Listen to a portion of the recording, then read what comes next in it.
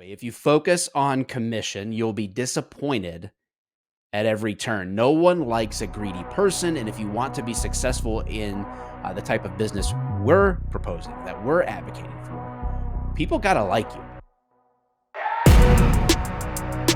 Welcome back to the Tactical Agent Podcast. This is episode 4. Man, we dropped the first 3 all at once, and now it'll just come out every Tuesday. So thanks for joining us. Each week, we want to bring you content that we hope will help you see this business differently and take action accordingly to move from traditional to tactical in your business. I'm Mike, and this is Chris. And it's lovely to hear from us. Something like that. That was a great intro, Mike. Good job. Yeah, I really should have thought that out a little bit ahead of time. Guys, we don't really have any sponsors for the show except for ourselves. So if you want to support the show, honestly, the best way to help us is to, if you're on Apple Podcasts, hit the plus button on the episode on the podcast to subscribe. If you're on Spotify, hit the follow button. Drop a rating, drop a written review, tell somebody about the show, tell another fellow agent, especially episodes that really like added value for you. So if we add value to your life and business, then we just ask that you just share it up, tell people about it. If you want to take a deep dive into kind of like our approach to business and our experience, you can check out our book for free. You can get a hard copy, you can get a paperback copy, you can get a Kindle copy. The Tactical Agent. But if you go to tacticalagentarmy.com/book, and I will put that link in the show notes, you get it for free. And there's no strings attached. Like you can just ignore us for the rest of your life if you want. Just take our information, go use it, and leave us like a crack whore in an alley after, I don't know what. Anyway. The Tactical Agent Podcast, brought to you by Chris and Mike's wallet. Yeah, exactly. Anyway, that's the housekeeping items, guys. But there is a big elephant in the room. But today we're going to continue on with our paradigm discussion. What we have 6 core paradigms that we believe are at the heart of shifting your mindset and approach from a traditional real estate business to a tactical one. And we covered 2. We're on the 3rd one. Today, we're going to talk about commissions to connections. But before we get into that, this elephant in the room is you can't conduct business with an Android. I don't know what is wrong with you people. I don't know why you're bent on ruining group chats. I literally told all of our coaching students that and they think I'm kidding. I think they still think I'm kidding. I will never give a referral out to anyone that has an Android. No, it's just, I'm done with it. I reached out. I had a referral in Louisiana for a listing, and I reached out and I made sure that agent had an iPhone. I would have gone outside of our coaching network to find someone with an iPhone to give a referral to before giving it to. I'm so sick of it because, Chris, one of our critical pieces to business is what we call the triangle of trust. We connect people we value together, and we forge a stronger connection and relationship there. We'll actually talk about that today a little bit. But yeah, I can't do that with an Android. They screw everything up. Are you with me on this? Funny? What's funny is I know that you are 100% serious. We've known each other long enough for me to know that you would not say that out loud if you didn't mean it. So sorry, guys, if you have an Android. Yeah, I'm sad because we got some killer agents around the country that are killing it, that have Androids, and it's going to break my heart to give the referral to somebody else because I will not deal with it anymore. I'm over it. Of petty. I won't even text him. I'm not even texting him back anymore. I don't think. I'm just going to send a Zoom link. If an Android texts me, I'll send a Zoom link. You can meet me on Zoom. I am an iPhone terrorist. You are. You're like the extremist of the iPhone world now. So let us know in the comments. Are you team iPhone, team Android? Because this will be on YouTube too. We're launching our YouTube channel. So if you, oh yeah, hey, if you see us on YouTube, subscribe if you like the content. And we'll Yeah, be that'd be putting cool. short form content together and all kinds of stuff too. So slow and steady wins the race. We'll be consistent. All right, let's get into today's topic real quick before this gets out of control. From commissions to connections.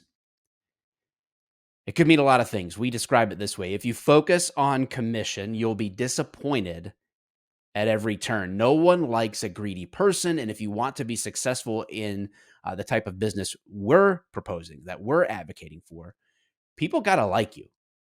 And focusing on commission places the value on money instead of where it belongs, on the relationships you're building. So what's your experience there, Chris? Like, I know that you have a story to share about valuing connection over commission. Yeah, I mean, I think anybody who's been in the business for a while can have some kind of story when they've given up things they didn't have to give up to help somebody out. But I learned that lesson pretty early on. I had a very young couple that was buying their first house, and they sat down to the closing table, and there had been some miscommunication with a title company or something. They were a lot short because they were supposed to get a down payment assistance grant or something. It didn't really work out, but they were like 5 grand short. And I was like, man, this isn't that expensive of a house. That's most of my commission. And I was like, well, I guess I can try to find them something else, but then I just had this moment of clarity where it was like, you know what? They're a young couple. They need a hand right now. Let's just take it on the chin and let them get this house because they really want it. And then I talked with my lender buddy, who was the lender I'd referred to him, and he agreed to take a hit too. And I pretty much gave up all my commission on the deal and got it closed. And I didn't really expect anything in return because this was a young couple buying their first house. They didn't have a lot of money. There was no chance that they were going to be circling back to buy a bunch of investment properties or anything in the near future. But it just felt like the right thing to do. And I'm going to tell you what, that those two uh, young married couple, those two people have referred me more business than anyone else I could ever imagine. I've sold houses for their entire family. I, I would not be scared to say they haven't returned that 5 grand 20-fold in commission that they have sent my way. And Yeah.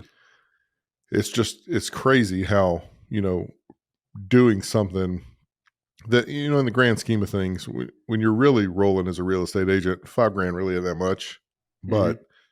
but um, it made a huge impact for them, and it was something they were extremely grateful for. I have their business for life. Everybody that ever even mentions real estate around them automatically gets introduced to me, and it's that wasn't the result that I was seeking. I didn't expect it, but it just kind of reinforces that when you put people above money, the world rewards you for it, I guess. Yeah. I think that's been my experience too. I remember calling you one night. This would have been because I remember this couple very well. Actually, it's a similar situation that just goes to prove the point where I was helping a veteran out. It was during COVID. It was really a weird time for real estate agents. There was a season, at least here in Michigan, where realtors it was quote unquote illegal, right? Or whatever the mandates were, whatever was going on, to even put a sign in the yard. They weren't letting potential home buyers go to their own home inspections. It was only the inspector allowed, no agent, no client, nothing. So I was helping these people buy their biggest asset. They were their landlord had said, "Hey, guess what? You gotta leave." So, like, okay, um, not planning on needing to buy a house. So working through lending problems and all sorts of things. Their lender was a nightmare. I'm so bummed out about how some people treat our veterans. Like, this is a disabled veteran, and like I have a soft spot in my heart to want to help them. They gave so much to us. And they're one of my favorite clients to help. But there was a again a miscommunication, a problem. The lender hadn't worked on the file until the very last minute, and there was other costs associated.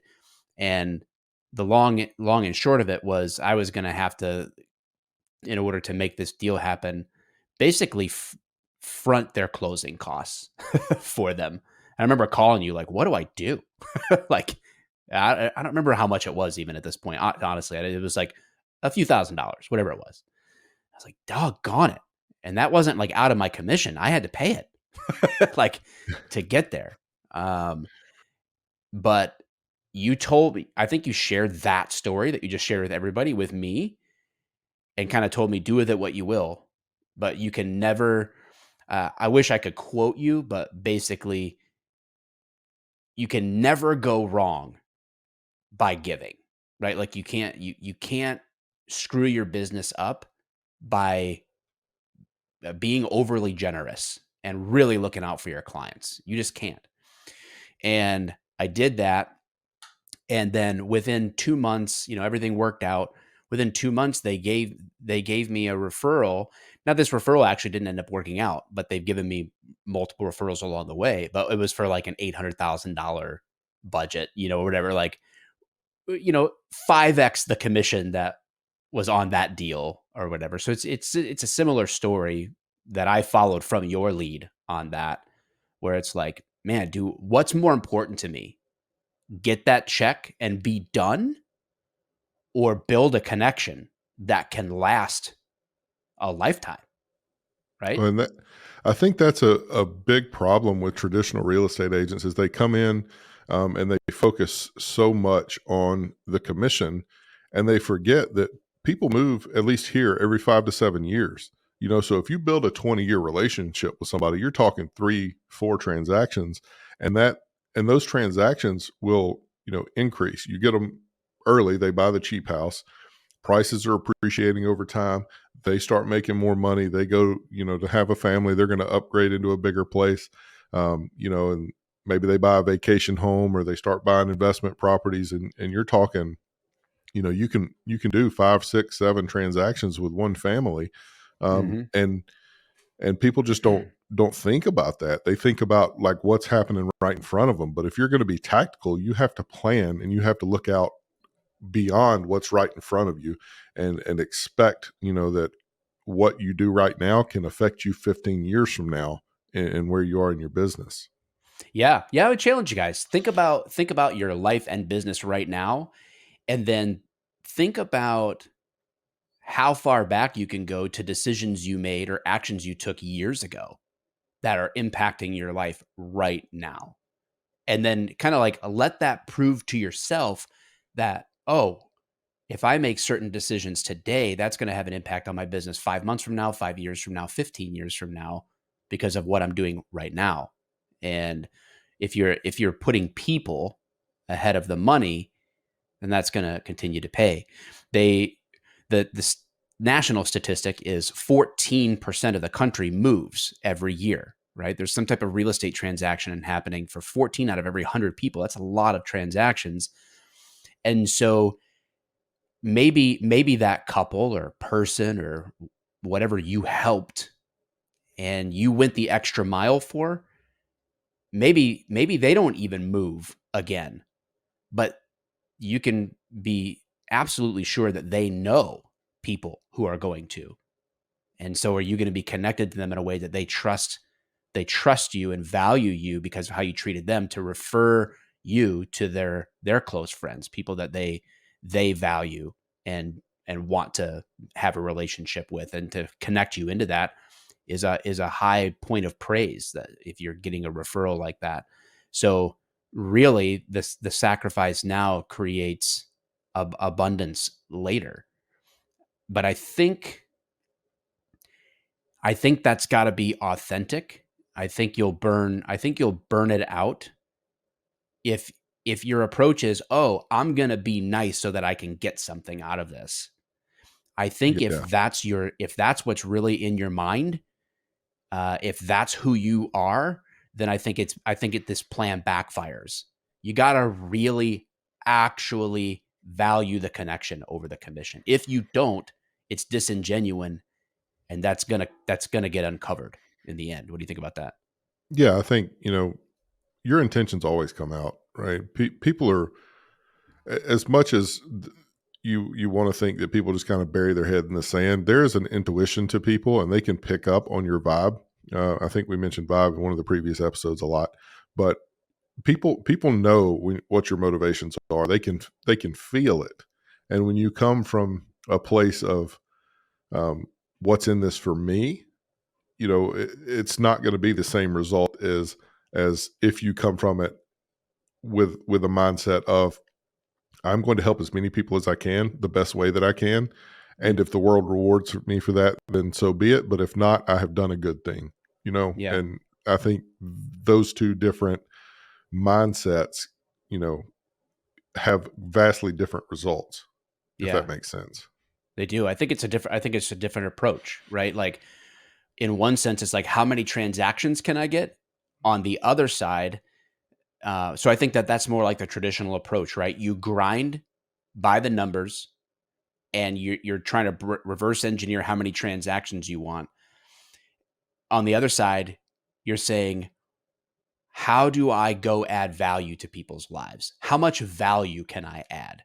The greatest people in business understand that. And I say the greatest people in business in terms of a true, fulfilling, lifelong pursuit of excellence in business, they understand that they need to add value. And that's a paradigm shift, right? To think like, okay, what's my focus as a real estate agent, as a mortgage loan officer? Is it to get more transactions? Is that the focus? Or is your focus to actually do the right kind of things for the right kind of people, because you want to add value and that's genuine? I think that's a huge requirement. Right. Yeah. I mean, like we were saying, people just, when you're fake, people realize it pretty quickly. And you just think, for anybody out there, just think, how quickly you pick up when somebody's being fake. If you pick it up that quick, so does everybody else. Mm-hmm. Yeah. It's going to come through. And if you can fool people for a little bit, you can't fool them for a lot bit.